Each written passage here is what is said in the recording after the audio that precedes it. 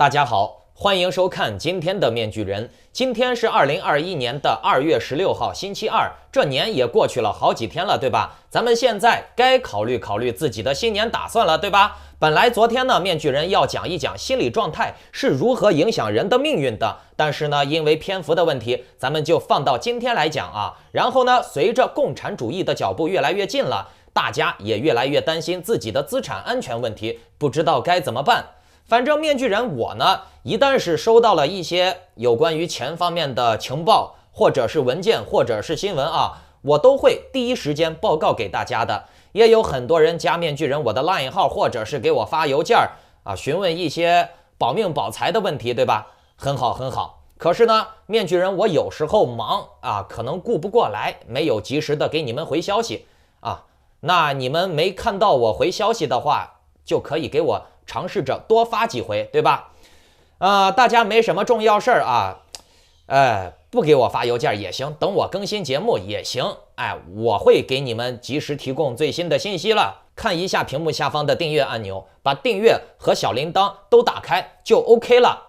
好，来看今天的标题啊，不得了，数字货币开启杀鸡模式，不用绑银行卡，财富无处可逃，比特币也危险，弹劾川普失败，民主党死性不改，正邪大战开启，韭菜的命运可以选择吗？今天要讲的内容比较深度啊，建议大家准备好饮料、啤酒、炸鸡。看完今天的节目，会让你对世界的格局以及国内的格局有一个也不能算是新的认知吧，但是呢，会让你有一个算是比较切合实际的认知。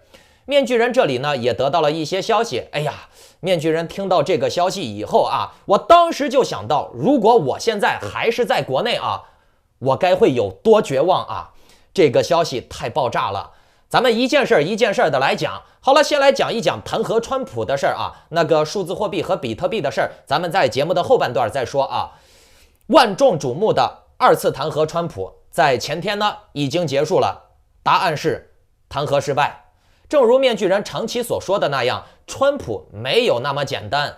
你想搞定川普不是容易的事儿，弹劾川普肯定是失败的。共和党离不开川普，并且呢，面具人我说过，弹劾川普对美国和民主党都不是好事儿。这个面具人会在节目中间详细说明的。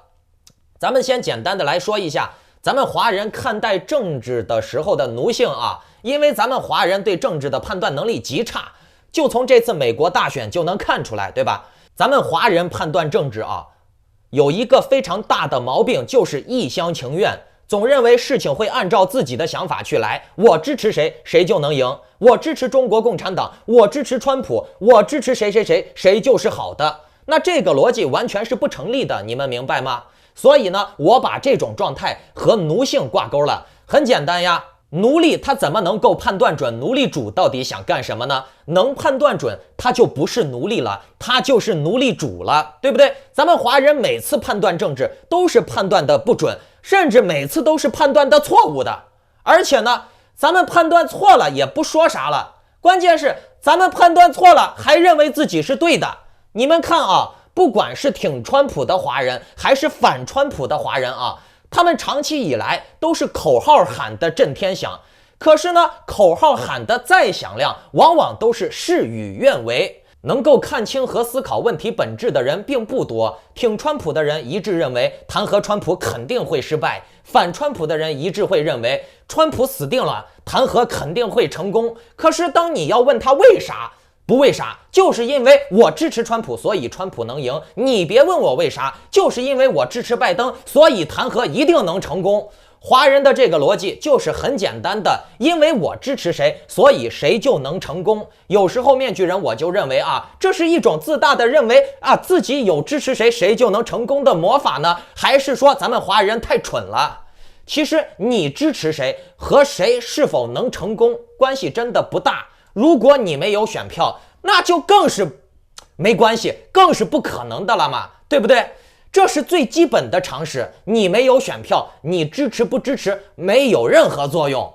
我们看待问题的时候，总是以自己的念想为出发点，而不是切合实际的去仔细的分析事情的各种因素。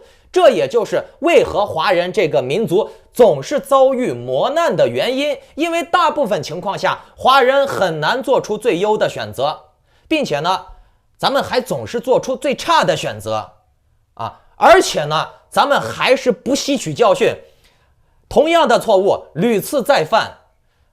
华人里面总是有少部分智商正常的人收割利用这些智障无脑儿。华人总是觉得事情会按照自己的意志去转移，这或许也是专制教育的后遗症吧。我们先来看看川普弹劾失败是怎么回事啊？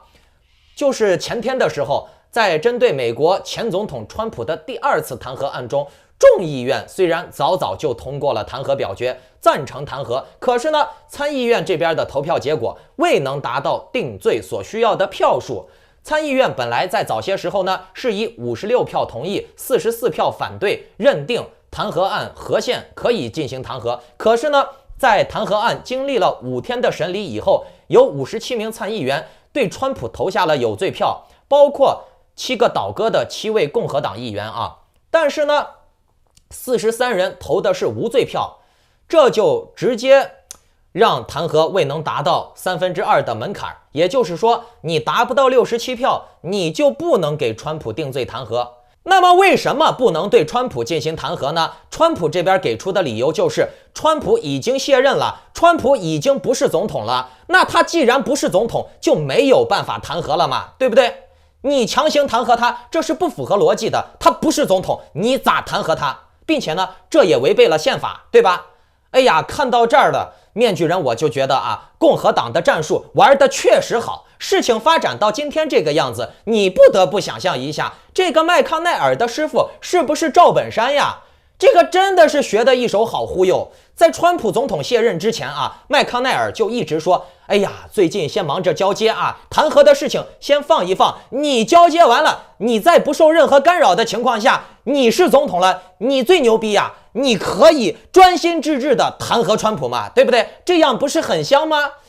哎，这么一说，民主党人一听，哎，觉得对呀，有道理，就这么干。然后呢，你看，然后呢，麦康奈尔就开始卖拐了，然后呢，拜登就变成范伟了，佩洛西就变成了那个叫个啥来着，赵丽蓉了啊。等到了川普卸任了以后，正式弹劾的时候，麦康奈尔又说了，哎呀，你这现在已经不能弹劾川普了，川普已经不是总统了，他都不是总统，你怎么能弹劾他呢？这不符合逻辑嘛，对不对啊？观众朋友们，这个麦康奈尔他的这个拐卖的怎么样啊？能弹劾的时候你就说，哎呀，以后慢慢的玩死川普，你都当总统了，你想弹劾他你就弹劾他，对不对？然后呢，等川普卸任了以后，拜登当总统了，到了开始弹劾的时候已经晚了，不符合逻辑了啊，卖拐了。因此呢，川普最终被宣告无罪。在周六进行的这次表决中啊，100名参议员中只有57名投了支持川普有罪的票，其中包括7名临时叛变的共和党议员。但是根据美国宪法的规定，你没达到2/3以上的票数，你就不能给川普定罪。因此呢，弹劾案最终是以民主党的失败，川普的大胜而落幕。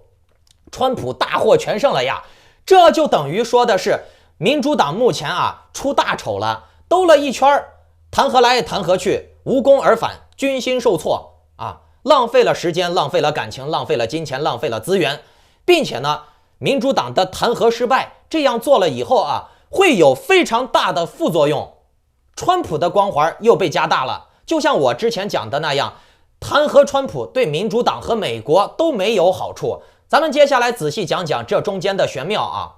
民主党强行弹劾川普失败了以后，共和党现在就理直气壮了，尤其是川粉啊。本身这次美国的大选，民主党就是险胜，如果不是因为疫情的话，民主党拜登是毫无获胜的可能性的。这个不管你是挺川还是反川的，你必须都得承认。那民主党上位确实是非常的勉强。我们先来看看两党支持者的构成啊。川普坐拥7000到8000万的死忠，绝对的川粉。很多人说，哎呀，这些粉丝里面有的是共和党的支持者，并不都是川普的支持者。大家仔细看看面具人我在1月29号发的节目啊，我在节目里面讲了，共和党现在已经完完全全的沦为了川普的侧翼了，走狗了，可以这么说，共和党完全就是川普的奴才了。麦卡锡在川普卸任了以后啊，川普都要杀他了，川粉都要拿绞刑架把麦卡锡吊死了，麦卡锡还去找川普负荆请罪呀，你想想嘛，这都无耻到什么地步了？你也可以说啊，这个男子汉大丈夫能忍胯下之辱，能软能硬，能屈能伸，对吧？但是呢，共和党现在确实是集体给川普下跪了。那你支持共和党，不就是等于支持川普了吗？对不对？啊，那共和党现在完全是被川普控制的吗？有民调显示啊，共和党选民内有74%是无条件支持川普的，这是死忠。就是说，你川普不管做啥，我都支持，绝对的支持，坚决的拥护。而民主党选民之中啊，只有29%的人是无条件支持拜登的死忠。那这个支持者的比例，你一看啊，高下立判，对不对？可以说，川普的粉丝是非常的纯粹、铁杆、好使的，枪往哪指，人就往哪冲。反观民主党的根基呢，就非常不稳了，很容易倒戈的。而且呢，拜登这次的胜选，在他的选民结构当中啊，有很大一部分都是临时倒戈的川粉或者是中立选民。那这些人的军心是最不稳的，很容易对民主党失去耐心的。他们这些人是很容易失望的。也就是说，你民主党稍微有哪些地方做的不尽人意，那这些人呢，很可能就会再次倒戈。4年了呀，民主党还没搞明白川普的优势究竟在哪里。川普为何能够把传统的政客杀得片甲不留呢？面具人认为弹劾这种事儿啊，首先呢，你弹劾不掉川普，你是不可能成功的。然后呢，你也别想着什么匡扶法律、匡扶正义这种高大上的东西，你都无法成功弹劾川普，你还怎么匡扶法律正义呢？川普强就强在他亲民，知道不？你们看这张图，看随便一个川普的群就有几十万的粉丝，几十万人的群友呀，一传十，十传百，这中间的威力有多可怕，你们应该能想到了吧？别说是一传十，十传百了，他这是几万传几万。民主党现在依然还保持着他那一种，他什么都懂，他高高在上，一意孤行，嘴上说民主民主，自由自由，但是民主党与底层平民的沟通效率是非常差的。我这么简单直白的给你们讲啊，你作为一个平民，你想要找到川普跟他直接对话的难度不大，甚至川普的推特你直接关注他了以后，你就可以给他发私信，当然了，人家回不回是一回事儿，但是呢，你能不能发又是另外一回事儿，对不对？首先呢，这个沟通渠道已经建立了，这就会对每一个人的心里面造成非常大的提振，知道吧？因为他能给你发消息，就证明他心里会有一种心理反应，就是川普在乎他，川普能跟他沟通，他能行使他说话的权利，他能行使他发消息发私信的权利。这个举动啊，在重视人权的美国人眼里是非常重要的啊。川普现在因为是推特被封了，你不能给他发消息了，之前是可以，面具人我都试过，知道吧？而且川普有很多自己的什么粉丝群呀、后援团呀，川普玩的就是粉丝经济、网红经济，明白了不？其实这也是个悲哀，但是呢，没办法啊，民主它不一定是坏的，亲民有时候会发展成民粹，会造成一些不好的结果，但是呢，亲民老百姓他喜欢呀，他能在老百姓心中建立起来他的地位呀，并且呢，他川普也让老百姓能感觉到，我一个普通的平头老百姓，我在川普的地盘上面有一定的位置，那这就形成了一种心有灵犀了。那咱们来想一下吧，很简单的一个问题啊，你说川普又不懂政治，又没文化，脾气又不好，性格又暴躁，那他川普何德何能把整个美国的建制派政客、传统政客全部打翻，吊起来打，把共和党、民主党这些老牌政客全部吊起来打，全部掀翻了呢？为什么？那这就牵扯到了民主的本质问题了。民主就是人民当家作主，对吧？人民可以行使自己的权利，那老百姓有没有权利接触总统呢？答案是肯定的，老百姓肯定有资格接触总统嘛，对不对？能不能和这个人民公仆进行对话呢？答案也是肯定的嘛。总统就是人民公仆嘛，我们给你交税，我们给你总统开工资，我还不能跟你总统说话了吗？对不对？所以说这个方面大家是没有任何疑问的吧？如果老百姓能跟总统沟通，那这是民主的基本正常的状态。如果不能呢？那不能的话，你就看习近平嘛，对吧？你看习近平走到哪儿，普通老百姓你根本方圆几公里开外你都别想接近，门窗紧闭，狙击手在那等着，你根本都别想把你的小头头探出来，对吧？那习近平到哪里第一件事就是先把老百姓全部清场。可是呢，这个作风民主党也有点类似。你看民主党有些建制派的官员啊，哎呀，走到哪儿高高在上的，并且呢，面具人我还专门实验过啊。那川普团队里面的这些人啊，包括共和党里面的什么朱利安尼啊，还有林伍德啊，甚至鲍威尔，包括之前的萨拉佩林，这些人都是非常好沟通的，你可以跟他联系。但是民主党里面的这些人又是这个忙呀，又是注重隐私呀，你很难跟他沟通啊。你看川普的团队里面什么班农呀、朱利安尼呀、林伍德这些代表川普的人他们会定期的走访基层，频率非常高，干什么微服私访呀，到各个地方举办什么演唱会呀、座谈会呀、演讲会呀，是不是？而且你看那些会他们玩的都很嗨，玩的都很开心。你也不要说他们这聚会呀，因为有疫情呀，对老百姓健康不好呀，怎么样的，这是不对的吗？对不对？可是你们反过来想一下人嘛，一辈子都是在追求快乐为了自己的快乐付出代价，只要他快乐了，那就是值得的，对不对？并且美国是自由民主，自由在前面，自由是无价的，为了自由是可以牺牲自己的生命的，无所谓，知道吗？那没有了自由，就算是活着，他也只是行尸走肉，没有任何意义。所以说美国人你看疫情再大他们照样开 party， 照样跟川普一块跳舞，对不对？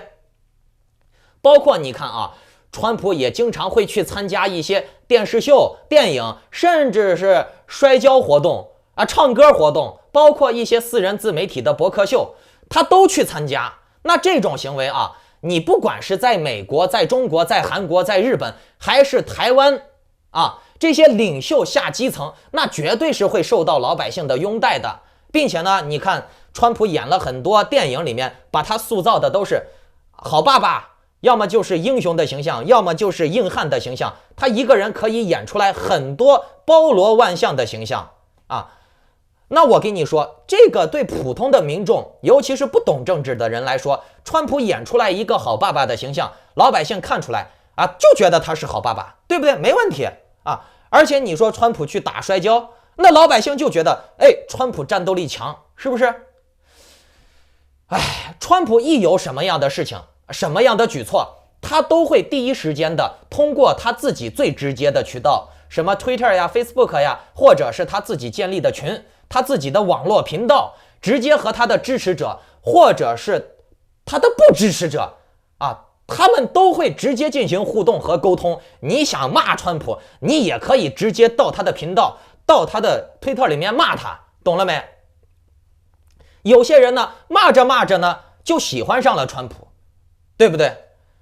那通过这种什么 Twitter 呀、Facebook 呀、Telegram 呀、YouTube 呀，发布他自己的信息，效率又高，成本又低，是很划算的，对不对？反观呢，你看民主党有任何事情，要么是通过什么机构呀，通过什么传统媒体呀、大媒体呀，高高在上的发一个通告，发一个通知我想说什么的时候呢，我就买一个大的版面，买一个主流媒体发广告，把新闻打出来，你们爱看不看，不看垃圾把倒。你想跟民主党人搭上话太难了，人家没觉得你 low 都不错了。民主党这边始终都是高高在上的，他和民众严重的割裂。老百姓想要和你沟通，还要研究你的沟通渠道，还要给你发信写邮件给你寄过去，等于说是你把老百姓的嘴堵住了吗？对不对？只有你能向老百姓传播信息的权利，老百姓不能向你传播信息，那你说这算不算民主呢？支持民主党的华人，所谓的这些华人民主党大师啊，你仔细观察他们这些民主大师的行为，他其实和那些川粉的民主大师差距不大，说白了都是华人的底色，都是这种独裁暴君的底色。大家都只是想行使自己的权利，只顾自己说爽了说好了就行，至于别人怎么想别人怎么样啊，那是扯淡，闭嘴。这种情况甚至在左派华人里面更为严重一些。你会发现左派的华人啊，几乎没有自己的什么社群呀，什么娱乐方式呀，但是你看啊，川粉的群，川粉的娱乐方式非常多非常多啊。其实老百姓很简单，就跟小孩子一样，你把他哄高兴了，你把他哄开心了，你做什么都是对的，你怎样他都支持。其实民主这个东西啊，有时候它不一定和正确挂钩，懂了没？大部分人他还都是感性的或者是盲目的，知道吗？他们都是情绪驱动他们行为的，毕竟人是感情动物，多数人做出来的选择不一定是对的。就像阿猫说的，你在古代你说地球是圆的，那古代人都觉得地球是平的，甚至呢古代人啊还会因为这个事儿把你处决了，对吧？美国他现在为什么反建制派反政治正确，就是因为他无法跟这些高高在上的达官显贵们达成一个平等，达成一个民主的状态。就算你民主党你很多的政策是对的啊，你有你自己的长远发展规划，但是呢，这就像小孩子犯浑耍赖皮一样，他明知道你说的是对的，但他就是不听，他就是要在地上撒泼打滚。可是呢，当你把他哄开心了以后，你说什么他都听。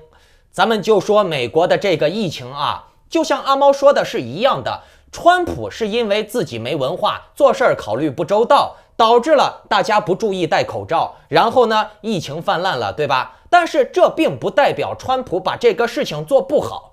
川普对民众的调动能力，民众对川普的积极性，那绝对是没得说的，绝对是完爆民主党的。而且咱们想一个问题啊，这些有文化的、懂医学的，他们本身就是知道要戴口罩的，对吧？但是呢，川普的很多支持者，他的教育水平并不高，他戴不戴口罩完全看心情，谁能照顾了他们的心情，他们就听谁的。那恰好川普就能照顾这部分人的心情，这一点是民主党做不到的。那就很简单了吗？川普一呼百应，有文化的人不用说，他自己就会戴口罩。难办的是那些顽固不化的红州选民川粉，川普能搞定他们。只不过川普是因为他自己的性格，他自己的文化水平决定了他没有走这条路，但不代表他没有能力去解决这方面的事情。同样的，我们来看民主党，民主党也是，他不是说没有能力去解决这些红州选民的民粹化，他不是说照顾不了这部分人的情绪，只是他不想。民主没有错，亲民也没有错，但是它未必能带来非常好的结果。民主亲民不是说绝对能带来非常好的后果，懂了没？那你说文化大革命算不算民主呀？算不算亲民呀？毛泽东天天去接见红卫兵，是不是？毛泽东还有模有样的给他的粉丝回信写信，是不是？每个村每个学校大家都可以进行投票决定把谁批斗死，大家都有言论自由，互相批斗互相骂，除了毛泽东想斗谁就斗谁。但是呢，带来的结果怎么样？你们也是看到的，是不是？文化大革命死了多少人？很多人说川普不懂民主，但是经过了这一次美国的大选恶战、弹劾大战了以后，面具人我发现啊，其实民主党和共和党都不懂民主，他们可能理解民主的层面不太一样，但是他们都无法做到真正的民主。真正的民主目前呢，还是一个理想状态，他们自己各自实现民主的方式不一样。你民主党不跟老百姓沟通，你就是认为啊，你是科学精神，你是文化人，所以你牛逼，你做的就是对的。没文化的都是傻逼，对吧？连情绪都不让发泄出来，然后呢，老百姓就只能接受你的政策，是不是？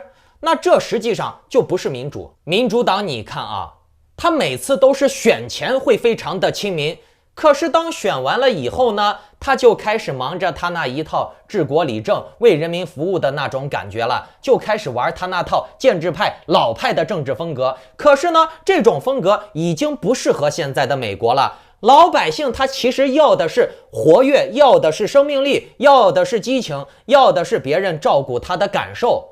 川普这边也是一样的，你虽然跟老百姓沟通了，但是呢，你说一套做一套，你一直给老百姓画大饼忽悠。弹劾完了，还把郭文贵的台词抢过来说了，那句话怎么说的？郭文贵最常说的一句话，一切都只是刚刚开始。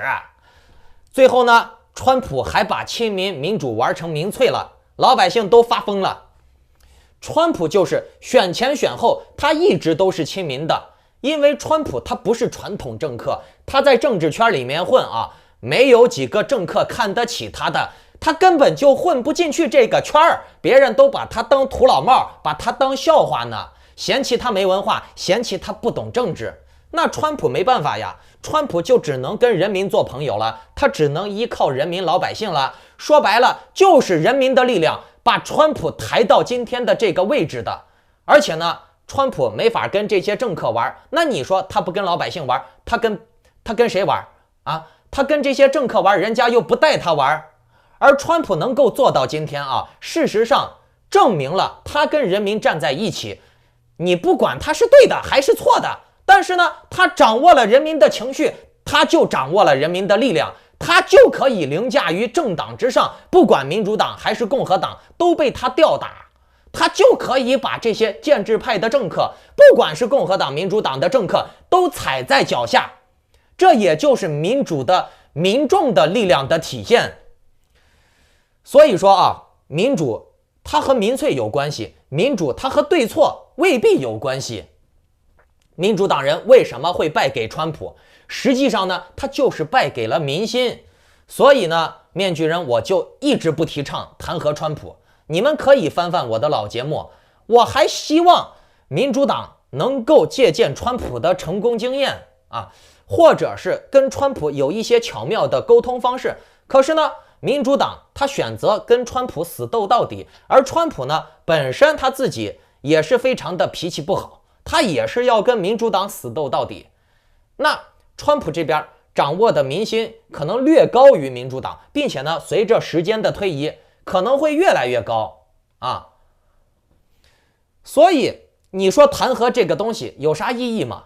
民主党他应该是把弹劾的精力放在建立有效的亲民管道，这样的话，川普的基本优势就会失去。川普最大的力量来源就是他喜欢玩这些作秀，他喜欢直接跟民众沟通。你说你民主党动用了那么多的律师，那么多的法官，那么多的警察啊，就为了个弹劾，你有这精力，你不如说把这钱，把这些人用在什么搞网红啊，发推特、发 Facebook 上面。那你只要把精力放在这些上面啊，我告诉你，民众啊，他都是会转变的。尤其是美国啊，美国人面具人我接触了很多，都是3分钟热度，大部分人是3分钟热度啊，他很容易啊阵营转换，尤其是在这种自由国度长大的啊，谁把他哄高兴了，谁对他好，他就转换啊，别说是对他好啊，嘴上说的好就行。民主党他有吗？他有吸取川普的成功经验吗？他反而是利用自己不擅长的地方去跟川普对干。你想把川普拉下水啊？你连川普的核心力量在哪儿你都没有搞清楚，还在这犯蠢呢啊！你不要去弹劾啊！你弹劾到最后，你看还是失败。你有这精力，你不如搞点该干的事儿。可是呢，民主党他依然是走建制派路线，高高在上，认为他那一套是对的，玩那套老派的建制派的政治正确，而不是亲民路线，不是建立有效的沟通管道。这样的话，美国人很快会失去耐心，知道不？川普这边新白宫啊，新的这个叫个啥来着？哦，新总统办公室啊，前总统办公室已经搞起来了。那美国人民跟你民主党沟通不了，那他就去找川普嘛，跟川普沟通很开心嘛，聊得很愉快嘛，是不是？美国民众现在已经很反感政治正确了，很反感那种高高在上的感觉了。凭什么你当官呀？凭什么你在上面发号施令呀？而且你发号施令，你命令我，我还连屁都不能放一个，对不对？这是非常让美国人反感的啊！人生苦短，追求快乐，民主党犯下了一个很大的错误，就是他追逐着他认为是对的东西。环境、科技、文化这些东西该不该追求呢？该，没问题。但是呢，你做这些事情，你要讲究方法，并不是说啊，你认为对的事情，别人就一定要认为是对的，那这就是独裁了，懂了没？而且呢，你说你搞经济、搞科技、搞文化，并不妨碍你和老百姓互动，懂了没？不是说你非得要逼着老百姓去接受你的想法，那这就不是民主。而现在呢，弹劾失败了，川普无罪了，川普的名望会大涨，接下来拜登的位置还能稳多久？一片迷茫。美国的宪法还有小池塘，很可能会天翻地覆。弹劾失败会让民主党陷入到泥沼里面。我多次做节目不赞成弹劾川普，现在川普赢了，川粉和极右翼的势力会有很多理由来诋毁、来摧毁民主党。比如，你看，你民主党主张加税，加税了怎么样啊？你加来的税并没有用在老百姓身上，你加来的税反而用在玩政治追杀、迫害我们的川普总统，懂了没？川粉们就会这样认为，本来川粉就反对加税，并且呢，川粉们反对印钱。你看，你现在发救济金印了这么多的钱，迟早要爆雷，爆雷了以后有你民主党的苦果子吃呀。到那个时候，你民众的情绪本来就不稳定，你也一直不去稳定民众的情绪，那你就看看后果。为什么说川普牛逼啊？你看美国死伤这么多人，川普依然他可以说一切都只是刚刚开始呀。这就证明了美国老百姓不在乎生死，他只在乎他自己的感受，懂了没？你把他哄开心了，咋都行，要他命都行。哎呀，民主党根本没搞明白川普的优势在哪儿。和川普玩正规套路，你很难赢他。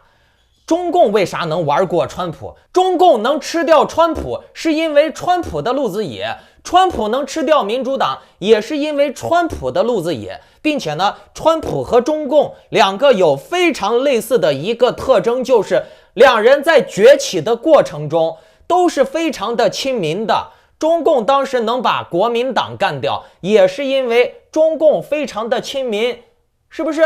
所以面具人，我说民主亲民它是好的，但是它不一定能带来好的结果。而且呢，民主党现在弹劾失败，民主党现在陷入泥沼，实际上呢，就是政客的傲慢在作祟。民主党、共和党里面都有人是挺傲慢的，相比之下呢，民主党更加的傲慢一些。标题中我也讲到了，民主党死性不改。目前来看呢，民主党确实是死性不改。美国的民众耐心很差的，你民主党现在依然是搞这套建制派的玩法，搞下去的话，川普他这边的士气会越来越高。而且呢，你的中间选民，包括倒戈的川粉，他会再度的倒戈回川普，并且呢，现在通过了弹劾这一道坎以后，川普现在已经是有恃无恐了。共和党现在也不能再拿弹劾去控制川普了，共和党他现在必须听川普的了，川普没有任何好怕的了。并且呢，民主党现在又背上了一个政治迫害的骂名，而且呢，弹劾失败了啊！拜登上任以来第一场政治大战以失败告终。而且呢，很多美国民众觉得，哎呀，为什么你安提法就能游行呢？我们川粉就不能去游行呢？啊，我们去白宫游行没毛病呀，白宫的钱不也是我们纳税人掏出来的吗？啊，白宫的官员不也是我们纳税人掏钱养的吗？我们游行，我们也没有打砸抢呀。你打砸抢，你只抓暴徒就行了吗？我们和平游行的，凭什么抓我们呀？对吧？川普他现在被弹劾失败了，那就证明这些人暴动呀、游行呀都是对的，他有底气，并且呢，川普会通过他的博客呀、渠道呀、Twitter 呀、视频呀来继续炒作这个事情，他会让这些选民更加的坚信自己做的是对的啊。那这样的话，民主党这边呢，反而一直高高在上，他不去跟民众沟通，他也不愿意去解决民间情绪的问题，懂了没？实际上呢，民间的情绪问题很好解决的，包括这些什么白人川粉呀，你哄哄他们是可以解决的。老外非常的喜欢玩，非常的情绪化的，但是他民主党不愿意呀，他就是要玩这种高端路线、高大上路线。那美国的这个矛盾呀，看不到头。至于什么弹劾呀、审判呀，老百姓不关注这些政治斗争的，跟他没多大关系，他只在乎自己啊，他只在乎自己的生活好不好。其实对待民众很简单，你要么照顾他的情绪，你要么就照顾他的生活。前者简单高效成本低，后者呢，你费了半天劲儿，你未必能有效，出力不讨好，懂了没？民主党确实应该思考一下这两方面的平衡。好，弹劾的事情咱们就先说到这儿，然后呢，再说一个最重要的重磅话题，那就是你们在座的各位，你们的钱有危险了。我标题讲了，数字货币开启杀鸡模式，杀鸡大家都懂吧？中国这边呢，又发了一个新闻，他是这么说的：今年春节，我国多地以发放消费券、现金红包的多种方式引导民众就地过年。作为首批数字人民币试点的城市，深圳、苏州、北京等城市先后推出了抽签发放数字人民币红包的活动，也为这个春节增加了特殊的年味儿。用数字红包消费过一个苏式年的春节假期的第一天，总价值3000万的数字人民币的苏州年货红包节开始陆续到账。这个又是发了3000万数字的人民币啊！这个是苏州第几次发放数字人民币了啊？面具人我已经不记得了，我记着好像是第3次了吧？我已经报道了很多次了啊！面具人好像之前已经多次报道过苏州发放数字货币的事情了吧？而且呢，面具人之前说过，以后共产党他想印钱，他不用搞什么降准了、宽松政策了，他直接发放数字人民币就行了。你看，现在又发了3000万，这个跟面具人我之前预测的一样不一样？共产党他现在就是无毛印钱，不用放水啊，直接数字人民币就发出来了，不用降准啊。只要他共产党想调控市场，他直接数字货币就印出来了。在苏州不少老字号的门店专门开设了数字人民币的支付窗口，一大早，关前街上的这家老字号的卤菜店门口已经排起了长队，大家用数字货币展示付款码，用 POS 机扫一扫啊，就用刚中到签儿的200元数字人民币年货红包进行了支付。现在啊，线下支付端大家也都看到了啊，什么卤味店呀、餐厅呀，都已经有了数字货币专用的 POS 机了，对吧？哎呀，这个东西你们仔细想想啊，很可怕的。因为中共它统一操纵安装了这些数字 POS 机了以后啊，数字人民币专用的 POS 机啊，那就把传统的什么第三方的瑞银信呀、拉卡拉这些 POS 机给淘汰掉了。实际上呢，它就是等于把 POS 机还有这些第三方支付市场给共产了，包括什么微信支付呀、抖音呀、美团呀、外卖呀、支付宝呀，全部都给你现在干死了，知道吗？很快啊，全国的数据库就会统一，你们的财产将会无处遁形，将会万劫不复。面具人，我想到了一个很恐怖的东西，你现在想要在国内把财保住，困难非常大。本来呢，我今天要深度讲这个问题的，还有我要讲一些心理学上面的东西，理财上面的东西。但是呢，因为今天一讲美国的这些弹劾呀、政治呀，情不自禁讲太多了，篇幅有限，咱们明天继续讲，不见不散。或者你们看我另外一个节目啊，拜拜。